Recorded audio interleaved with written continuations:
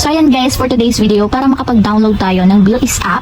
So para sa mga Android phone, gagamit lang tayo ng Google Play Store, and para sa mga iOS, gagamit naman tayo ng App Store. So i-open lang natin yung ating Google Play Store. So dito sa Google Play Store, mula sa search bar, isa-search lang natin dito is yung Bilis. So Bilis siya na magkadikit, so search lang natin.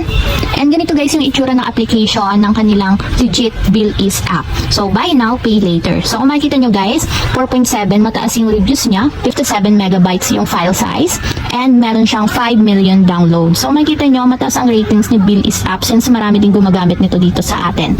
So tap lang natin guys yung install para ma-install and download na siya sa ating mobile device. And wait natin guys hanggang sa matapos ma-install.